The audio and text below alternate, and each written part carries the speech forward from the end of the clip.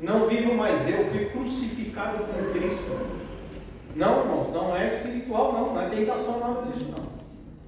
Paulo, ele é tão assim firme com Deus que ele fala, para mim o viver é Cristo. Não tem outra opção para mim, é Cristo. E se eu morrer é lucro, porque eu já vou ver ele face a face.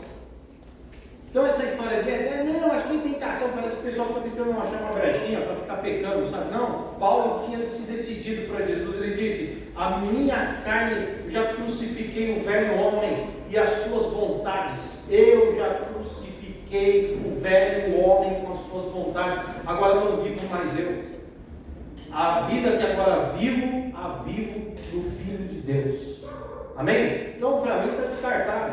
Outra coisa, alguns falam assim, não, o espinho na carne era alguém que perseguia Paulo, porque ele fala, saber o mensageiro de Satanás que ia me esbofetear. Também não acredito nisso, porque Paulo em outra carta ele diz, eu me glorio nas perseguições.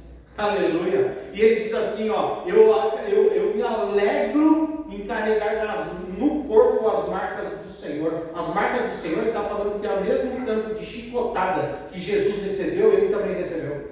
Não sei se os irmãos sabem, Jesus, pela lei, ele recebeu 39 chicotadas, que na verdade era para ser 40, mas um ato de misericórdia o romano dava 39 e a última ele pulava.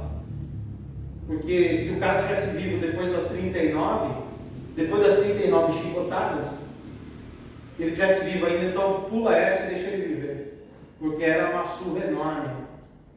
E Paulo disse, assim como o Senhor foi açoitado, eu fui. Ele disse que ele levou as 39 chicotadas igual Jesus.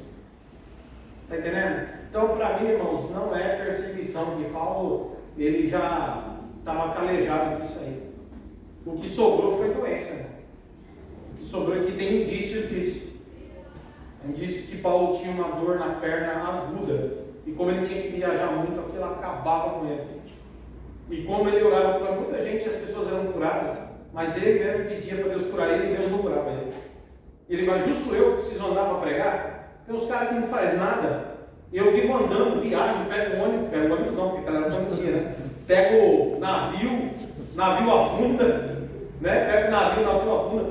Paulo enfrentou 4 naufrágios, irmãos. Ele cita 3, depois desse, ele cita 3. Mas aí, depois dessa carta, ele vai viajar para Roma e ainda tem um quarto, que não é citado nessa carta. Então assim, Paulo, ele diz, eu tenho que andar para lá e para cá, aí eu tenho esse problema, né? Que ele não fala o que é, ele fala que é um espinho na carne, que atormenta ele. Aí eu acredito que o mensageiro de Satanás que vem para esbofetear é o diabo dizendo, humilhando, sabe? Você não ora para todo mundo, aí o pessoal não é curado, você fica se arrastando. Aí ele fala, peraí, deixa eu orar. E ele diz que ele orou 3 vezes, irmãos, dizendo, Senhor, tira esse espinho, tira esse espinho, tira esse espinho, tira esse espinho. E o Senhor disse, Paulo, eu vou tirar nada. A minha graça te basta. E na sua luta, você vai ver o meu poder. Gente perfeitinha não faz nada. Você se arrastando, eu vou te usar para curar, para salvar, para libertar, mesmo com a sua situação. Está entendendo o que eu quero dizer?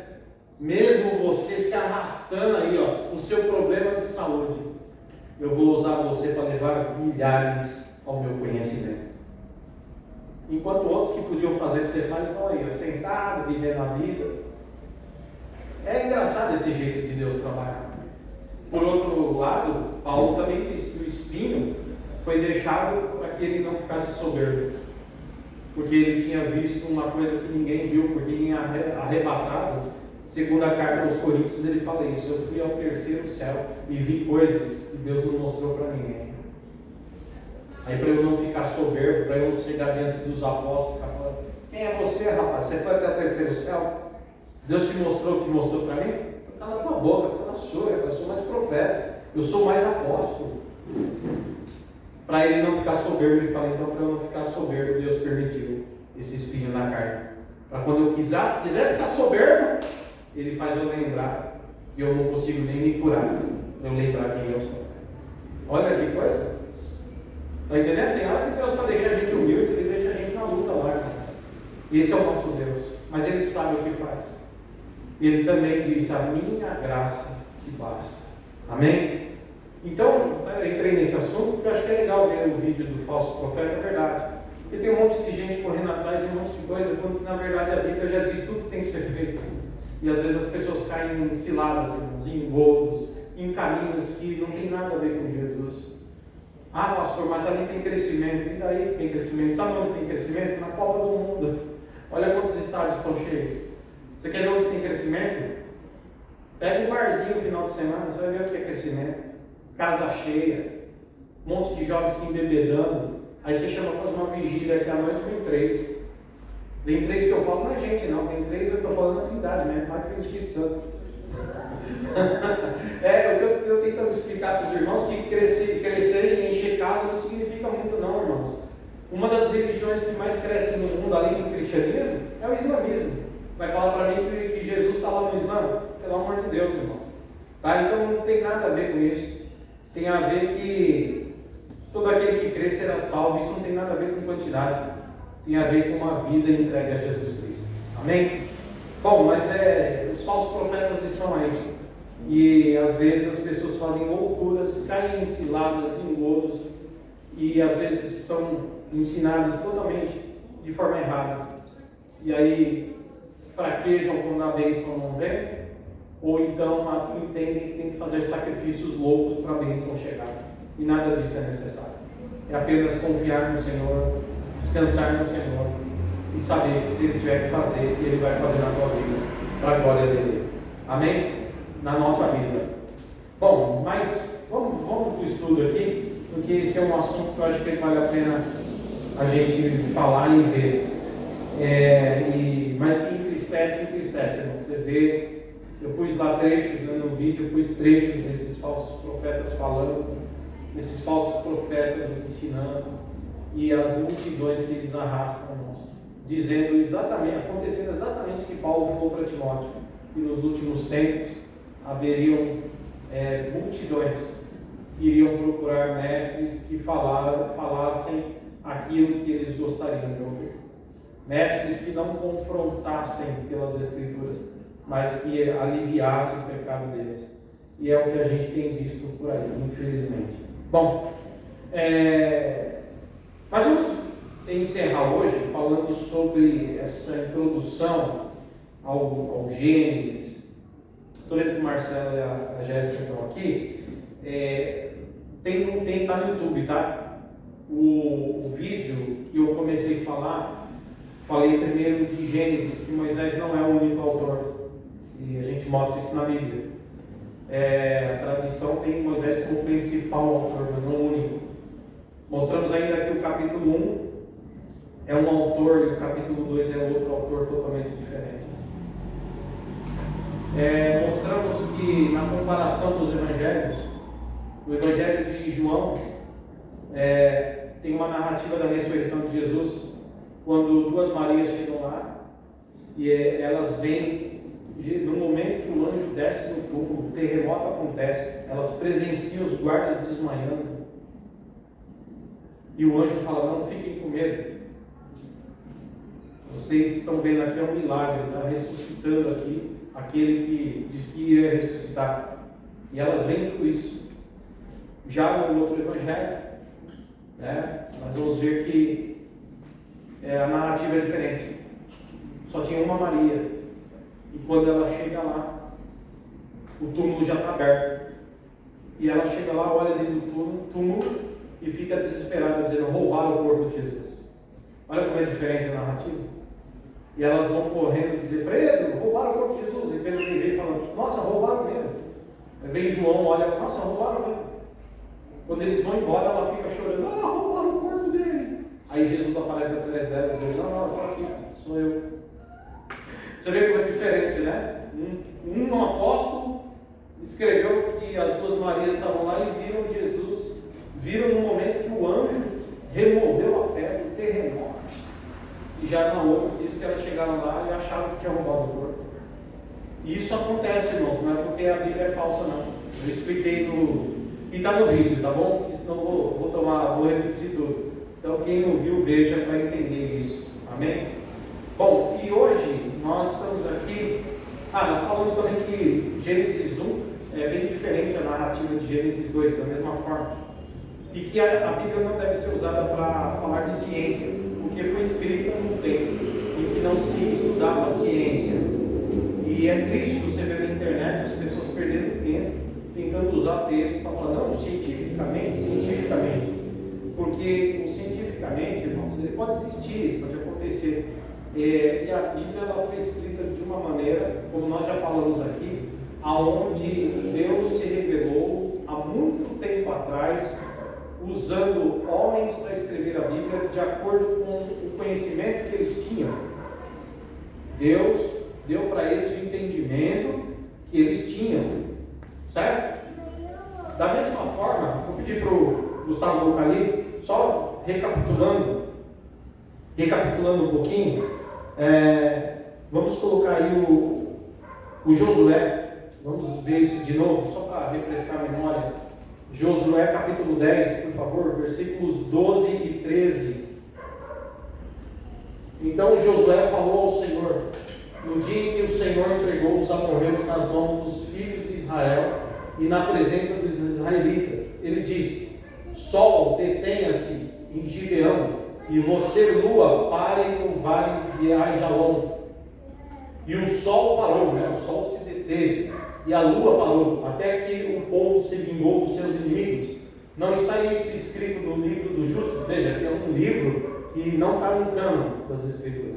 É um livro que se perdeu. Existe um livro que foi registrado isso. O livro dos justos era o nome do livro. E esse livro se perdeu. Não está aqui no nosso cânon.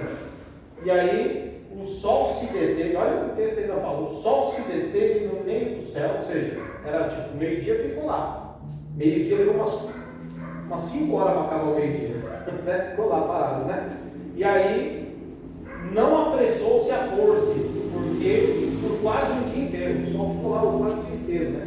Quando era para ter se posto, ficou lá. Bom, estático. E aí a gente falou que se fosse falar hoje, né, se fosse olhar para a ciência, na ciência moderna, a gente entende que a Terra que gira, certo? Em torno do Sol, não é isso? O Sol está parado, né? Que gira é a Terra. Mas aqui no texto diz que quem para é o Sol, né? O que fica parado é o Sol. Por quê? Porque o autor que escreve aqui, que narra o episódio de Josué, ou o próprio Josué vivendo aquilo, ele vivia numa época, nós estamos falando, repito, há 3.300 anos atrás. 3.300 anos atrás, certo? Eles vão narrar a Bíblia do jeito que eles estão vendo. E eles não têm conhecimento científico. E Deus também não tem a pretensão de revelar ciência. Ah, mas então Deus mentiu? Não, Deus não mentiu.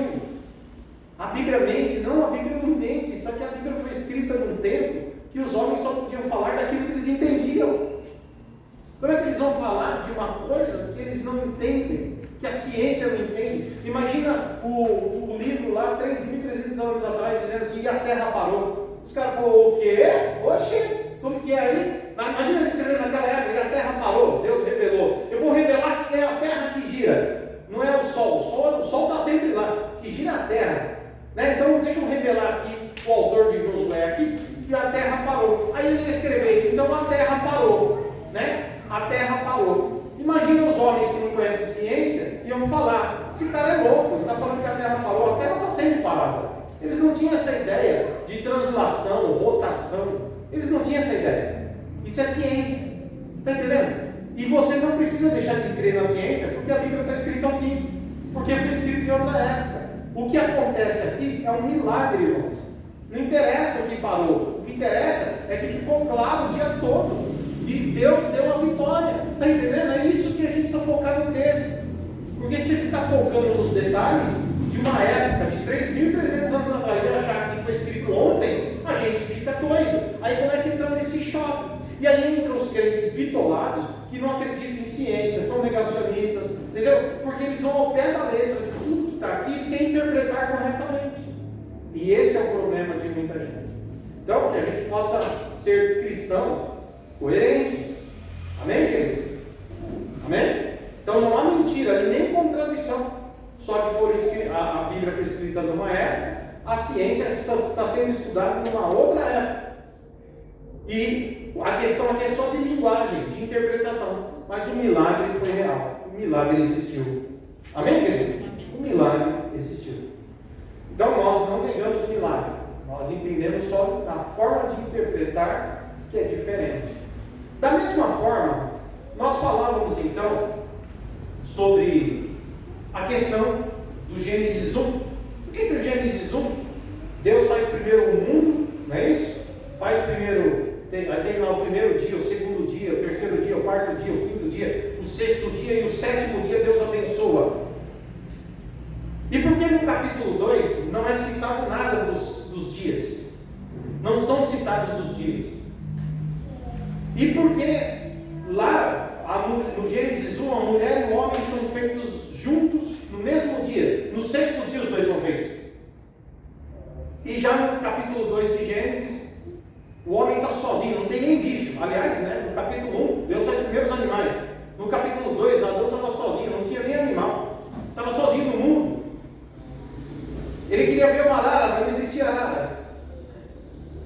Queria ver um peixe, mas não existia peixe. Não tinha nada, era só ele no mundo. Aí Deus, olha, não é bom que o homem esteja só. Não é bom que o homem esteja só. Então ele faz os bichos. Depois que faz os bichos, o Adão fala, tem bicho, mas não tem mulher, não tem ninguém que seja como eu. Aí Deus põe um sono nele e tira as costelas, na verdade, tira uma das costelas, uma costela e faz a mulher. Bom, nós falamos tudo isso porque ali nós vemos dois autores, duas formas de ver, assim como João narra a ressurreição de Jesus de um jeito e Mateus narra a ressurreição de Jesus de outro jeito. E por incrível que pareça, Marcos e Lucas também narram de outro jeito. Nenhum dos evangelhos mostra o episódio igual. Nenhum. É só pegar sua Bíblia e olhar. Nenhum. E aí o que a gente olha, então, é que são tempos diferentes. Um não escreveu no mesmo tempo que o outro. E contaram com as suas memórias. Outra coisa interessante é saber que Moisés começou a escrever a Bíblia. O Antigo Testamento que nós temos começa como seu primeiro e principal autor, Moisés, 1500 a.C. aproximadamente. Mas ele escreveu de coisas que ele não viveu, e nós falamos isso. Então como é que ele escreveu? Ele escreveu por 3 motivos. Já tinham algumas coisas escritas antes dele, e, por exemplo, Gênesis capítulo 5 fala que é um livro que conta a história dos homens que viveram antes de Abraão. Gênesis capítulo 5 está dizendo isso. Provavelmente foi uma das fontes que Moisés usou. Outra coisa é que havia a oralidade, a história que vinha sendo contada de pai para filho, de boca a boca. Você já brincou de telefone sem fio? Não é assim? A gente brinca, né? Telefone sem fio. Um fala uma coisa, olha, a flor ela é rosa porque Deus quis homenagear as mulheres. Aí passa para o outro, a flor é rosa porque Deus ama as mulheres. A rosa, a mulher chama rosa porque Deus vê a mulher como flor. Já virou tudo. Quando chega lá, fala assim, olha, a irmã Rosa diz que precisa comprar mais uma flor. Sabe, mais ou menos. Aí no final do telefone sem fio, sabe que tem o rosa, sabe que tem a flor, mas a mensagem já não é tão igual. Mas tem uma verdade, tem a rosa na história. Amém? Glória a Deus. É mais ou menos isso. Então a oralidade, ela tem as contradições. E não tem nenhum problema, isso é natural. Mas os milagres que são relatados, eles são reais. Então, é bobagem ficar preocupado achando que os dias que Deus usou para criar o mundo foi literal ou não. É besteira perder tempo nisso. Porque senão você vai ter um problema com o capítulo 1 e o capítulo 2. Eles vão entrar em choque. Vão entrar em choque. Está entendendo? E você vai começar a ficar desacreditado. Vai achar que a Bíblia não é a palavra de Deus. Por quê? Porque nos ensinaram que vírgula por vírgula tem só coisa divina, como se não tivesse o homem sido um instrumento para registrar. Deus é perfeito, irmãos, mas o instrumento é falho. Deixa eu falar, eu estou pregando para vocês, eu sou falho na minha pregação, mas a mensagem que Deus pôs no meu coração para transmitir é perfeita, porque vem do alto. Está entendendo? Nas minhas palavras eu posso falar o português errado, nas minhas palavras eu posso me equivocar numa informação, nas minhas palavras eu posso até citar para vocês o versículo errado. Sim, o instrumento errou, mas o Deus do instrumento não erra. Amém? Então o foco da Bíblia é sempre milagre, irmãos. O foco da Bíblia é sempre a palavra central. Por exemplo, eu vou focar lá. Se eu ficar focando que tinha 2 Marias num texto, no outro texto tinha só uma Maria, no outro texto tinha 3 Marias, e no outro texto diz que tinham mais de 10 mulheres. Se eu ficar pegando cada um desses textos e comparando, eu vou ficar focado no tanto de mulher, ao invés de olhar o principal. Qual que é o principal? Em todos os textos está declarado: Jesus ressuscitou. Está entendendo? O milagre é grande. O Gênesis 1 e o Gênesis 2, apesar de ser uma narrativa diferente da outra, ambos confirmam uma coisa: existe só um Deus e Ele criou todas as coisas. Amém? Não interessa se fez a mulher e o homem junto, não interessa se fez, no capítulo 2, botou o homem primeiro, depois a mulher. O foco é que Deus criou. Agora, por que eles usam o Gênesis 1 depois? Por que o Êxodo, Deuteronômio, onde é que eles encaixam o Gênesis ali? Que é um escrito precioso para eles. Bom, o Gênesis 1 dá origem à semana, porque eles tiram dali um ensino de que se Deus fez o mundo em 6 dias e no 7º ele parou da obra, não fez nada, descansou, né? Sendo assim, o homem também trabalha 6 dias e descansa 1. A escala 6 por 1, né? E aí, gente, também não vamos entrar nessa discussão, não é mesmo, irmãos? É só, mas por quê? Então, pastor, quem tem escala 6 por 2 está errado? Quem tem escala 4 por 3, né, tem errado? Quem entra na escala master está errado, né? Tem uns irmãos aí que vão trabalhar 2 dias e ficam 3, irmãos, né? É coisa do céu, né? Glória a Deus. Mas assim, aí você fala, então é errado? Não, não é errado. A Bíblia não está colocando a quantidade do tanto que você deve ou não trabalhar. Aquilo é para se fazer justiça. Porque se Deus não coloca um dia para descanso, o seu patrão faz você trabalhar de domingo em domingo, meu irmão. De domingo a domingo. Aí você deixa de ser funcionário e vira escravo. Está entendendo? Eu não aguento mais, patrão, eu estou 365 dias trabalhando. Aí vem a lei de Deus e fala, não, todo mundo vai trabalhar 6 dias, mas um dia vai tirar para descanso. Amém? Para não ter exploração. É Deus cuidando do ser humano. E outra coisa, também para se lembrar de santificar aquele dia ao Senhor, para que você lembrasse que o trabalho e a saúde que você tem para trabalhar os 6 dias é Deus que dá. Então você agradece a Ele por tudo. Amém, queridos? É por isso, esse é o ensino. Então as pessoas não devem ficar presas nos detalhes, mas no fundamento da palavra. Por que ela está ali? Outra coisa importante é que lá no capítulo 2, qual que é o importante ali? Né? Nós falamos até de Levítico, não é isso? Levítico 18, quando Deus proíbe lá na lei que os homens se unam a outros homens para ter relação. E que também não se unam a animais, que Deus proíbe. E aonde eles tiram isso? De onde eles tiram isso no livro de Levítico? De onde eles tiram essa ideia? Essa não é uma ideia tirada do nada.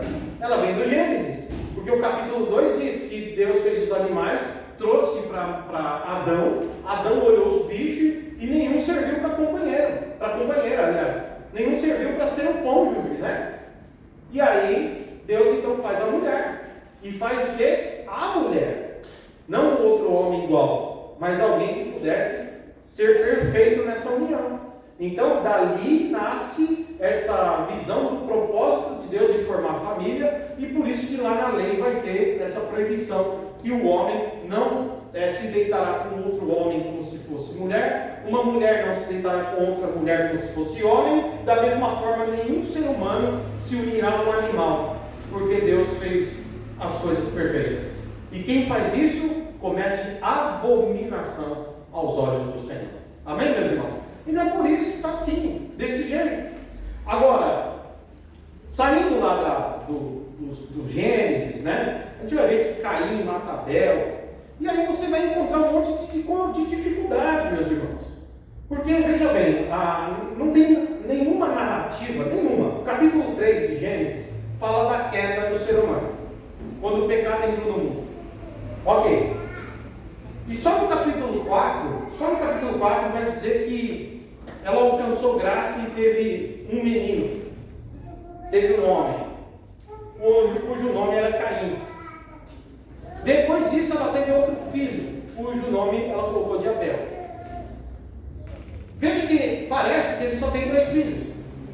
Mas o que os teólogos tentam colocar é que o nome das mulheres são ocultados. Não é que ela só teve Caim e Abel. O nome deles é registrado porque o nome é do homem que carrega o nome da descendência. Por exemplo, Maria teve que usar o nome de José. Jesus teve que usar o nome de José. Quando eles, lá no Novo Testamento, quando eles olham Jesus fazendo alguma coisa, eles não falam assim: olha, ele é José, olha, ele é Jesus. Não é Jesus o filho de Maria? Raramente você vê isso. Você até vê alguns versículos, mas às vezes vê os versículos filho de Maria e José, você vê um versículo assim. Mas a maioria dos versículos é sempre relacionado ao homem. Não é esse o Jesus de Nazaré, filho de José o carpinteiro? Por quê? Porque é o homem que mantém a história da família. Até pouco tempo, lembra-se que há 30 anos atrás, quando você ia casar, 30, 40 anos atrás, quando você ia casar, era obrigatório que a mulher levasse o nome do marido, né? Não sei se era obrigatório, mas era muito comum. Eu não lembro se era uma exigência, mas no cartório ninguém te dava nenhuma opção, não é verdade? Né, Chico? Quando a gente foi no cartório, não tinha nenhuma opção. Aí você chegava no cartório e o nome do marido, o sobrenome do homem que entra no nome da mulher. E era assim. Agora, tempos modernos, né, irmão? Tudo vai mudando. Homem casa com homem, mulher com mulher, né? Outro dia eu vi aí um papagaio namorando com peixe. Brincadeira, eu não vi ainda, mas olha, acredite que estou para ver qualquer dia desse. E as coisas vão mudando. E agora é o homem que põe o nome da mulher, a mulher que leva o homem que leva o sobrenome da mulher, né? E está tudo assim. Então mudou, muitas coisas estão mudando, né? Mas até então era o nome e o sobrenome do homem, quando casava, que ia para a esposa. Isso vem do quê? Vem de uma geração de um patriarcado, aonde é o homem, o nome do homem, que leva à frente. Por isso que o nome de Maria muitas vezes é ocultado aqui e o nome de José entra. Mas José nem era pai dele de verdade, né? José era pai adotivo. E Jesus nasceu da Virgem Maria por obra do Espírito Santo. Ele não tinha um pai biológico, mas o nome que entra aqui é o nome de José. Porque para que Jesus tivesse um nome válido na sociedade, tinha que ser o nome do homem. Tá certo? Agora, isso é costume, tá, irmão? Não quer dizer que Deus está nisso. Não, isso é um costume. Deus trabalha com os costumes. Amém? Deus fala a nossa língua, para a gente entender. Bom, talvez seja a mesma coisa porque não são citadas as mulheres que a mulher teve com Adão. Certo? É possível que não tenha sido citado por isso. Por isso que só o nome dos homens são citados. Porque é o homem que vai ser o responsável pela geração, e não as mulheres. Certo? Então é uma possibilidade. Mas o texto deixa isso claro? Não! O texto não deixa. Isso é especulação do teólogo. O texto não fala nada. O texto diz que ela teve um filho chamado Caim, depois teve uma filha, teve outro filho chamado Abel, e aí o texto mostra que Caim ficou com inveja de Abel, Caim mata Abel, certo? E depois ela vai ter um outro filho para substituir o Abel. Ela fala, no lugar de Abel, Deus me deu um outro filho, e põe o nome dele de Sete. Certo? Essa é a história. Mas quando Caim mata Abel, vocês percebem o que acontece? Caim mata Abel. E ele provavelmente era lavrador da terra. Ele trabalhava jogando semente na terra. Então ele plantava. E quando você planta a semente, nasce o quê? Nasce uma flor, né? Nasce uma árvore, nasce alguma coisa que a gente chama de vida. Semente, a ideia de semente, de sêmen. Semente. O homem também tem um sêmen. Quando você planta o sêmen na mulher, nasce o quê? Vida. Gera vida. Pois é, aquele dia, ele abriu um buraco no chão e plantou o cadáver do irmão dele. Pela primeira vez no chão é semeada a morte. Por isso que provavelmente ele pega a terra que era para lançar semente que gera vida, ele mata o irmão e esconde embaixo da terra. Daí vem a palavra do Senhor: o sangue do teu irmão clama a mim desde a terra. E tem uma outra coisa, ele diz assim: onde está o seu irmão? E ele responde: sou eu o guardador do meu irmão? Ele escondeu o corpo, entendeu? Daí vem a ocultação do cadáver, né? A primeira matou e ainda ocultou o cadáver. Olha só. Aí, meus irmãos, Deus expulsa ele e diz: a partir de hoje você nunca mais vai lavrar a terra. Eu te chamei para gerar vida na terra, para plantar coisas na terra que geram vida. Você matou teu irmão e plantou ele na terra. Você perdeu o direito. Irmãos, o texto diz que nunca mais Caim mexeu com terra. Nunca mais. Ele foi expulso daquela região fértil e foi parar lá em Nod. E segundo os teólogos explicam, Nod era uma região muito rochosa, montanhosa, que não dava para cultivar a terra. Tanto que lá eles vão fazer outras coisas, desenvolver armas, fazer outras coisas, mas terra não é o forte deles. Perdeu o direito de ser lavrador. Olha que coisa. Agora, uma coisa curiosa acontece. Ele fica preocupado, porque ele diz assim: eu vou para uma cidade e quem me achar lá vai me matar. Quem vai te achar lá? O texto diz que só tinha Adão, Eva, Caim, Abel. Então, pelo amor de Deus, quem é que vai te achar lá? Não, quem me achar lá vai me matar. Você percebe que o texto deixa aberto isso? O texto deixa aberto, irmão. Aí você fala: e aí, o que aconteceu? Aí vem um monte de gente: não, eles tiveram um monte de filho, e a Bíblia não cita. É o que eu falei, às vezes só os homens foram citados, e talvez as mulheres não foram citadas, e talvez eles tivessem filhos com os irmãos no início, e talvez não fosse pecado. Tá, mas a pergunta que não quer calar é essa: o texto te diz isso? O texto não te fala nada, isso é por sua conta. Não, é que eu fico vendo os teólogos fazer isso, sabe? Tentando ser advogado da Bíblia, irmãos. Não, é que aqui teve as mulheres. Tá, mas o texto está te falando isso? Não. Então para ser endemoniado e falar o que a Bíblia diz, o que ela não disse. Não está escrito, então por que você está falando? A Bíblia não explica. A melhor coisa que a gente tem que fazer é quando não sei. Não faço ideia. Eu só sei de uma coisa: o texto diz que ele chega lá na cidade e ele encontra uma mulher e casa com ela. Ele casa com uma mulher que... Da onde saiu essa mulher, meu Deus do céu? É por isso que alguns teólogos também vão sugerir, porque a palavra Adão no hebraico significa Adam. Tem até o Adam. O grego é o Adão, viu? Adam significa humanidade, ser humano, gênero homem. E essa palavra é derivada de uma outra palavra chamada Adamá. Adamá significa vermelho de argila, significa que o homem foi tirado da terra. Então alguns teólogos sugerem que o nome Adão, é que Deus teria feito a humanidade, e não um único homem, mas seres humanos, entendeu? E que um desses homens, teria pecado, e o pecado entrou no mundo por conta de um, e o pecado de um só condenou todo o grupo. É igual no exército: quando um soldado falha, o pilotão paga 10. Não paga 10 é pouco, né? Paga 100. Paga 100 que eu falo assim, né? O sargento fala: eu quero ver tudo limpo aqui, tá? Pessoal, tá bom. Aí fica lá um soldado folgadinho, passa do horário. Ele é daquele pelotão que fala, não sei se deve ser o pelotão, né? Aí um sargento chega lá: os senhores estão aqui, todos alinhados? Sim, senhor. Pá, todo mundo: sim, senhor. Mas tem um aforgadão, ele não está alinhado, ele está nem aí. Aí o sargento fala: tá de você, a turma vai pagar. Bota os 100 soldados para fazer 200 flexões. Adivinha o que acontece lá no alojamento? Chuvinha de croque. Chuvinha de croque. Você fica dando mancada com a gente aí, a gente fica se matando por causa de você.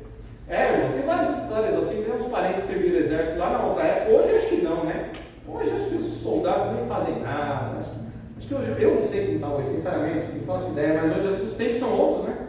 É capaz de um soldado falar para o sargento: ei, sargento, vamos fazer uma fricção? É capaz do sargento falar assim: não é vocês fazem, não é vocês fazem, né?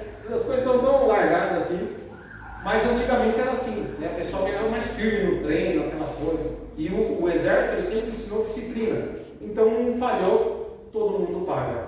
Por isso que havia essa ideia até de unidade, né? Para ninguém deixar ninguém para trás. Esse acho que era o ensino, ninguém fica para trás. E todo mundo é responsável pelo seu próximo. Beleza? Assim haveria um trabalho em equipe. Porque se formar guerra, alguém pode morrer por causa de você.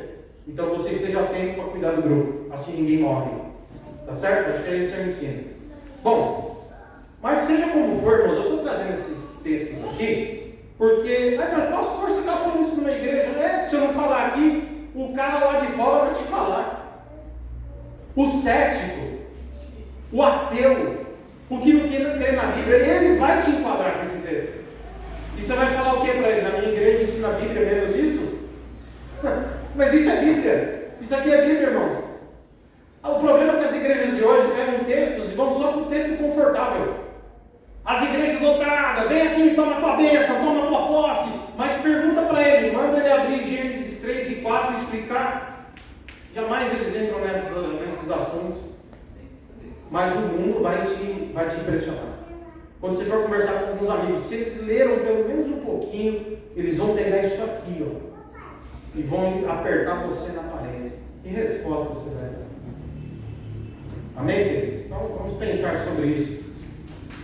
O fato é que pode ser uma das explicações, pode ser, o texto não diz. E as mulheres, eles tinham mulheres, por que isso? Porque Gênesis 1, Deus faz o homem e a mulher e diz para eles: sejam fecundos e tenham filhos, multipliquem-se. E Gênesis 3, quando a mulher ela peca juntamente com Adão, os dois pecam, comem do fruto lá que Deus tinha proibido. Uma das sentenças da mulher, uma das sentenças é ter dores no parto. Significa que provavelmente ela já sabia o que era ter filhos, né? E talvez não tinha tido homem. É uma possibilidade? O texto não diz. Mas é uma forma de você tentar pelo menos explicar com humildade.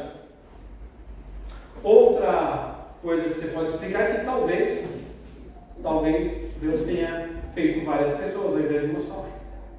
Já que o nome de Adão significa humanidade, homem, gênero humano.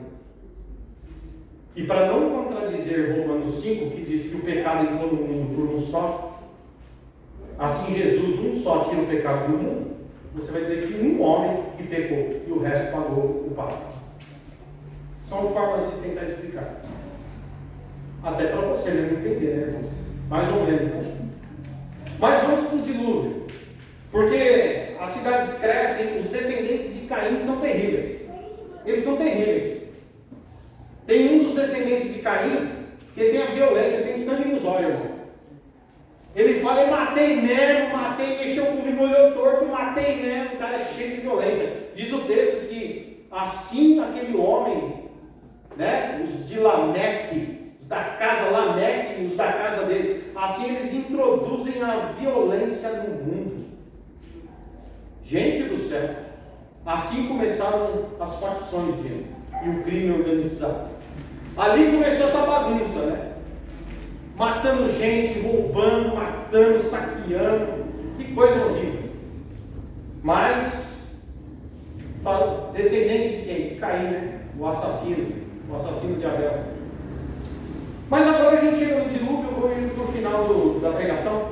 Não é uma pregação, é um estudo. Mas é um estudo para conscientização da igreja. Para que a gente não seja crente criança, mas a gente seja crente maduro. E que a gente não ande com isso aqui debaixo do braço de enfeite, mas que a gente saiba lidar com os textos difíceis da Bíblia, porque tem um monte de textos difíceis. Amém? Não dá para correr deles, irmãos. Bom, agora, o que acontece é que existem discussões. Por exemplo, vamos colocar aqui, Gustavo, vamos falar do dilúvio para encerrar. Gênesis capítulo 6, versículo 15. Olha que interessante.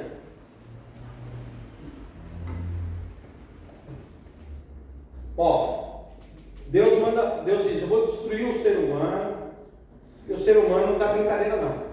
A terra se encheu de violência, de maldade, de pecado, e eu vou destruir tudo. Eu vou trazer juízo. Mas Noé achou graça diante de Deus. Deus olhou para Noé e viu que Noé ainda se lembrava do Senhor. Então ele falou: vou salvar Noé, para dar continuidade ao povo, né? A história do ser humano. Se ele mata todo mundo, acabou o mundo, né? E aí pronto. Mas não podia acabar, porque tinha um projeto de salvação em Jesus. Então tinha que continuar. Amém? Então, ele fala para Noé fazer uma arca. Estou te ouvindo, hein, João? Ó, aí assim, olha só o que diz aqui, ó, Gênesis 6. Ó. Deste modo, você a fará, o seu comprimento será de 130 metros. A largura, 130 metros. 130 metros da onde, hein, mais ou menos? Hein? Os irmãos que é o Greg não está aqui, né? O Roger, os irmãos aí. Não sei, 130 metros. Daqui, vamos lá. Daqui até ali tem uns 20 metros? Mais ou menos. Então vamos pensar em 6 comprimentos desse aqui. É grande, né? 6 comprimentos desse é grande, não? Ah, não? Bom, 6 desse aí. Aí ele fala de largura 22 metros. Aí já estreitou um pouco. 22 metros, ele falou assim, se daqui da paredinha até lá a ponta dá uns 20 metros, então é mais ou menos largura isso aqui. Então a arca deve ter essa largura aqui, né? Lá do nosso café até a cruz aqui. Certo? Mais ou menos isso aí de largura. O comprimento é grande, hein? A largura nem tanto. E a altura é o número do PT, né? Do 13, né? A altura 13 metros, a altura, não sei, talvez um poste de luz deve ter uns 13 metros, 9 metros, um poste, 8. Greg, quantos metros um poste na alça? Mais ou menos. Difícil calcular, né? 6, então era alto, então. Dá mais ou menos uns 2 postes, um em cima do outro. Era alto. Mas aí vem o mundo moderno. O mundo antigo não questionava nada, mas hoje, o mundo moderno, o pessoal começou a questionar. Tá bom, a arca ela tem 100 e poucos de comprimento, 22 de largura, 13 de altura, beleza. Mas quantos mil pássaros tem no mundo? Quantos mil, sei lá, meu. Outro dia eu estava pesquisando, eu vi 20 mil espécies. 20 mil. Quantos mamíferos tem no mundo? E aí o pessoal começa, ia caber tudo na arca, isso aí? Ia caber tudo isso aí na arca. Aí tem umas explicações, que os teólogos têm que mudar. Pode ser que não tinha tudo isso de bicho antes do dilúvio. É possível? É possível. A gente não sabe. Tinha tantos animais antes que não existem mais, né? Entraram em extinção. Tinha o tal do mastodonte, mamute, tinha dente de sabre, tinha tanto bicho esquisito aí que a gente não sabe. Fora os dinossauros, né, que morreram há muito tempo atrás. Tinha um mundo, pode ser que antes do dilúvio, tem um teólogo chamado, ele é muito respeitado, sabe? Ele é o Longman Trader III, nome ruim de falar. Mas ele escreve muito sobre isso. Então ele acha que o mundo antes do dilúvio é um e o mundo depois do dilúvio é outro. Tanto é verdade que quem nasceu antes do dilúvio vivia 1000 anos, cara. 900 anos. Já depois do dilúvio, essa idade vai caindo. Essa idade vai caindo. O mundo é outro. Então o que acontece é que eles acham que o mundo pré-diluviano podia ter menos bicho. Certo? E que Deus talvez não teria salvado toda a espécie. Mas as espécies que ele quis. Ah, pastor, é possível? É possível. Até hoje tem animal entrando em extinção, gente. Não é verdade? Então todo dia eles salvem as tartarugas, porque senão elas desaparecem. Sem dilúvio. Imagina com dilúvio. Então parece, alguns teólogos falam, Deus quis salvar os bichos que ele quis. Só os que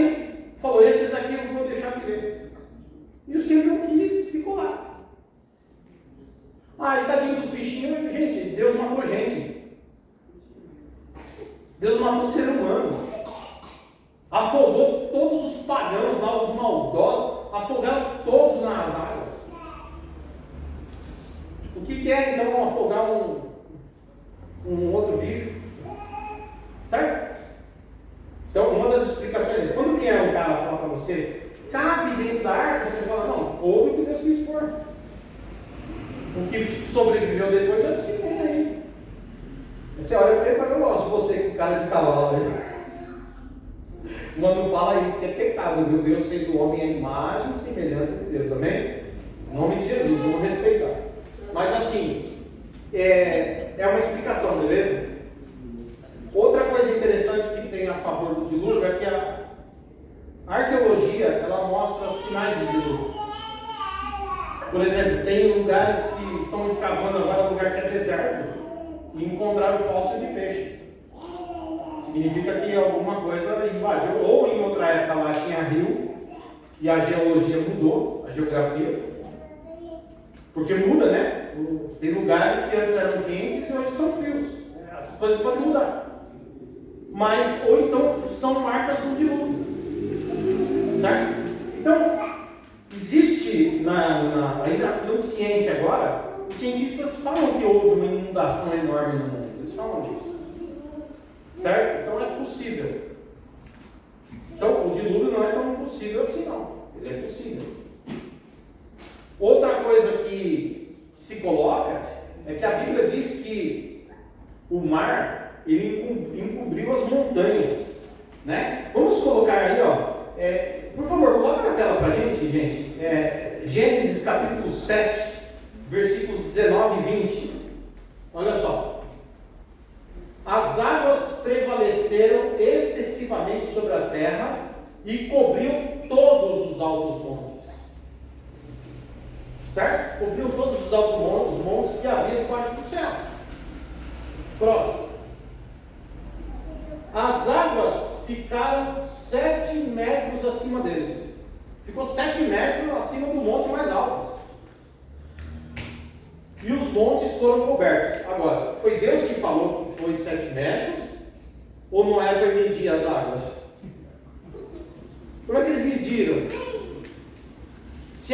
Veja bem, eles foram em todos os montes e falaram, caramba, lá no Jaraguá ficou 7 metros. Mas eles não estavam no Jaraguá, eles estavam lá longe. Como é que eles sabem que subiu 7 metros em cima de todos os montes, gente? Aqui tem aquele lance da mesma coisa, que Gênesis 1 é diferente do Gênesis 2, que João, na ressurreição de Jesus é de um jeito, na ressurreição de Jesus em Mateus é de outro jeito. Irmãos, vocês têm que lidar com esses desconfortos. A verdade é que o número 7 aqui não é 7 metros, irmãos. O número 7 aparece na Bíblia porque na linguagem suméria, lá de trás, e depois isso passa para todo o povo semita, para todo o povo semita. O 7 é uma expressão da totalidade. Por exemplo, Deus terminou o mundo em 6 dias e no 7º ele descansou bem sua obra. Significa o quê? Que ele, no 7º dia, tinha criado tudo o que precisava ser criado. A totalidade do mundo. 7. Quando Jesus fala assim, olha, você tem que perdoar, não é só 7, mas 70 vezes 7. Ele está dizendo que essa ideia de 70 vezes 7 é o 7 sobre o 7, sobre o 7, sobre o 7, ou seja, de uma totalidade que não tem fim. Quando foram matar, veja bem, quando foram matar o Sadraque, Mesaque e Abednego, no livro de Daniel, eles vão jogar o Sadraque, Mesaque e Abednego, porque eles não se curvam diante da imagem do rei. O rei fala assim, aqueçam as fornalhas 7 vezes mais. Que 7 vezes mais? Fica medindo, tem um botãozinho lá. É uma ideia de totalidade, ou seja, deixa o mais quente possível. A Bíblia fala dos 7 Espíritos de Deus. Não é que Deus tem 7 Espíritos, o Espírito Santo é um só. Mas ele fala da totalidade, do poder do Espírito de Deus, que age na perfeição, na plenitude. Os irmãos estão entendendo o 7? Então essa ideia de ficar aos 7 metros acima, essa ideia, irmãos, de totalidade. Tipo, a água passou dos montes a ponto de que chegou no seu limite, na sua plenitude. Está entendendo? Porque ninguém desceu da arca para medir, né? Caramba, deixa eu ver, mergulha aí, pegou um aparelho mergulhador, mergulhou no dilúvio, desceu até a montanha, e ficou medindo. Ai meu Deus, deu 7 metros. Para com isso, irmão. A Bíblia diz que ninguém desceu da arca, só desceu depois que as águas baixaram. Não tinha como o homem medir isso aí. Deus não vai perder tempo contando para você isso. Deus tem mais o que fazer. Entendeu? Então são narrativas para mostrar naquela época que o dilúvio foi de um jeito que chegou no seu máximo. 7 vezes mais. 7 metros. Porque a altura, né? Se mede com metro, metragem. Na época era côvados. Então, aqui está em metro na nossa Bíblia, mas lá é em côvados. Amém, queridos? Beleza? Estão entendendo isso aqui que eu estou falando? E aí, então, a gente vai ver que a Bíblia diz que coloca Gênesis capítulo 8, por favor, versículos 4 e 5. Gênesis 8, 4 e 5. No dia 17 do 7º mês, a arca repousou sobre as montanhas de Ararat. Isso é real, Ararat está lá, né? E as águas continuaram a baixar até o 10º mês. No primeiro dia desse mês apareceram os picos das montanhas, entendeu? Aí eles começaram a ver, olha, já tem o pico da montanha, a água está baixando. Bom, então, meus irmãos e minhas irmãs, indo para o fim, a gente vai ver aqui que o dilúvio pode, dessa forma, ter sido tranquilamente universal. Não há nenhum problema com isso. Agora, tem uma outra forma de explicar também. A pergunta é, antes do dilúvio o mundo era diferente? Ou existia mesmo a Antártida? Né? Existia mesmo o Polo Norte? Porque se existia, dificilmente o urso polar veio andando de lá até a arca, né? Ai meu Deus, eu tenho que chegar na arca. Ai Jesus, atravessou o mundo para chegar na arca, irmão. Porque a arca estava num lugar, vocês concordam que ela estava num lugar? Ela estava ali, naquela região ali do Iraque, ela estava ali, certo? A arca estava ali. Tinha bicho aqui na América do Sul já, que ainda não chamava América? Devia ter, né?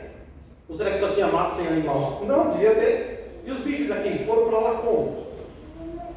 Mesmo que não tivesse divisão, que depois do dilúvio a placa de tétano, eu ia falar a placa aqui da tétano, tectônica, não sei, tectônica e tal, as placas se moveram, houve uma ruptura. E eles falam que depois do dilúvio, essa forma geográfica que a gente vê é pós-diluviana. É possível? É possível. É possível. Mas, mesmo assim, o bicho polar, será que tinha algum freezer para ele ficar lá? Onde é que o pinguim ficou? Os bichos que precisam do frio? Vocês não têm, são respostas que a Bíblia não dá para a gente, você está entendendo?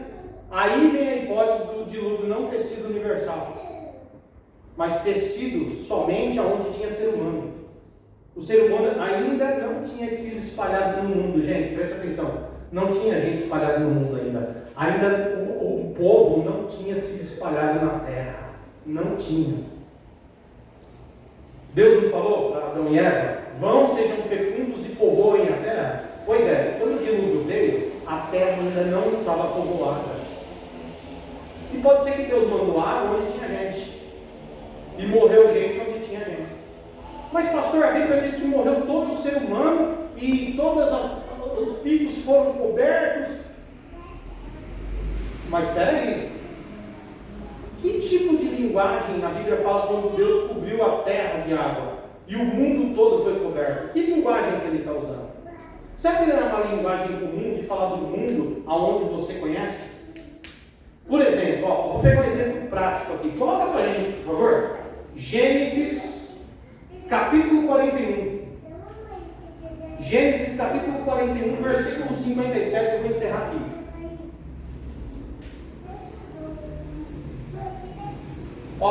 Isso aqui é a história de José, gente. Vocês sabem que José foi para o Egito, certo? Ele foi para o Egito, foi vendido como escravo para o Egito. E quando ele chega lá no Egito, quando ele chega no Egito. Ele cresce lá, ele vai para a casa do Potifar, depois vai parar na cadeia, e da cadeia ele vira governador. Amém, queridos? Mas o que acontece? É que Deus dá um sonho para ele, antes dele ser governador. Disse, vai ter 7 anos de fartura, todo mundo vai comer bem, as vacas vão ficar gordas. Porém, depois vão vir 7 anos de escassez. Não vai chover, vai ter fome, as vacas vão ficar magras. E aí ele tem um discernimento, já sei, eu tenho que guardar alimento para poder, guardar muito alimento, para poder depois dos 7 anos de escassez a gente ter alimento. E ele, com a sabedoria dele, ele se torna governador do Egito. Beleza? Mas o texto diz assim, que todos os povos vinham até o Egito para comer. Agora, olha essa narrativa aqui, irmãos, E todas as terras vinham para o Egito para comprar de José. José que era governador, certo? Porque a fome aumentava onde? Em todo o mundo. Irmãos, você acha que tinha fome no mundo inteiro de uma vez só? É possível? É, mas talvez não. O que os teólogos tentam colocar muitas vezes aqui é que todas as vezes que você vê essa palavra, então o mundo foi alcançado, ou então tinha fome no mundo, ou então Deus fez chover no mundo, é uma ideia de que o mundo aqui significa na região onde eles estão, ou seja, onde eles conhecem que tem gente, onde eles conhecem que tem cidade. Não quer dizer que lá do outro hemisfério, lá longe, não tenha comida, mas é que as pessoas não podem chegar lá. Até ainda mais antes, né, pessoal? Porque hoje você tem trem-bala, você tem avião, você tem balão, você tem cavalo, você tem um monte de coisa. Naquela época não. Imagina o camarada sair lá vamos pegar aqui, sair da China e caminhando, até onde aí, para comer. O cara morre no caminho, não tem comida onde ele está, vai comer como para chegar lá? No meio da 10 dias de viagem, não tem comida. Para eu viajar tem que ter suprimento. Por exemplo, o pastor David sai do Brasil e vai caminhando até o Canadá. Só que daqui, o Canadá é para lá, estou tentando me localizar aqui. Mas imagina que você está em direção ao Canadá, você vai passar por um monte de países antes, não vai? Imagina que a América Latina inteira está com fome e seca e não tem comida no caminho. Irmãos, antes de você chegar no México, você morreu. Ainda que tenha comida no Canadá. Então, quando fala que tem fome sobre a terra, significa onde seus pés conseguem chegar. Tem fome. E o lugar mais perto para comer era o Egito. Por quê? Porque também tinha fome. Quer dizer, tinha seca, mas Deus tinha colocado José lá para guardar comida. Está entendendo? Talvez no Canadá tivesse comida, mas não dava para chegar até lá. O que nós estamos entendendo é que talvez seja nessa mesma linguagem que o dilúvio pode ter acontecido. Aonde os olhos de Noé alcançavam, ele viu água. Os montes daquela região, não quer dizer que aquilo que fica no pico de Aragá alcançou, mas aonde eles estavam, e nos montes que existiam por lá, a terra cobriu. E aí a Bíblia coloca, choveu no mundo inteiro, na terra inteira. E lembrando que só tinha gente lá nessa época, porque o mundo ainda não tinha sido povoado. Então Deus matou o ser humano, matou todo mundo mesmo. Isso Deus fez mesmo. Aconteceu o dilúvio? Aconteceu mesmo. Agora ele pode ter sido naquela região e não no mundo inteiro. O que explica a sobrevivência do urso polar. Amém? O que significa a sobrevivência da jiboia, da sucuri. Amém? É só uma explicação. Vamos encerrar. Agora, qual é a mensagem principal? A mensagem principal, meus irmãos, é que Deus traz juízo. Lembra que eu falei para focar na mensagem? Não nos detalhes? Porque Jesus, em Mateus 24, ele disse: assim como foi nos dias de Noé, será também na vinda do Filho do Homem. Porque nos dias de Noé ninguém se lembrava de Deus. Casavam-se, davam-se em casamento, o mundo estava cheio de violência. Até que veio o dilúvio e os levou a todos. Portanto, vigiem, porque vocês não sabem a hora que há de vir o vosso Senhor. Então, a questão do texto de Gênesis não é a gente ficar discutindo a altura das águas, se for universal, se for mundial. Universal já basta a igreja do Macedo, né? Se foi isso ou aquilo. O foco é entender que Deus trouxe juízo aos homens que se esqueceram dele. E Jesus está voltando. E ele diz: quando eu voltar, não com água, mas o juízo final, o castigo final virá junto. Então, fiquem na presença do Senhor. E não se apartem por nada. Nem por luta, nem por decepção, nem por fraqueza, nem por tentação. Não se aparte do Senhor por nada. Porque Ele voltará. E Ele é a nossa arca segura. Nele estamos salvos. Amém? Vamos encerrar com uma oração? Eu espero que tenha sido de forma a contribuir com vocês. Sair desse conforto nosso, de nunca ler esses textos, de nunca fazer essas perguntas,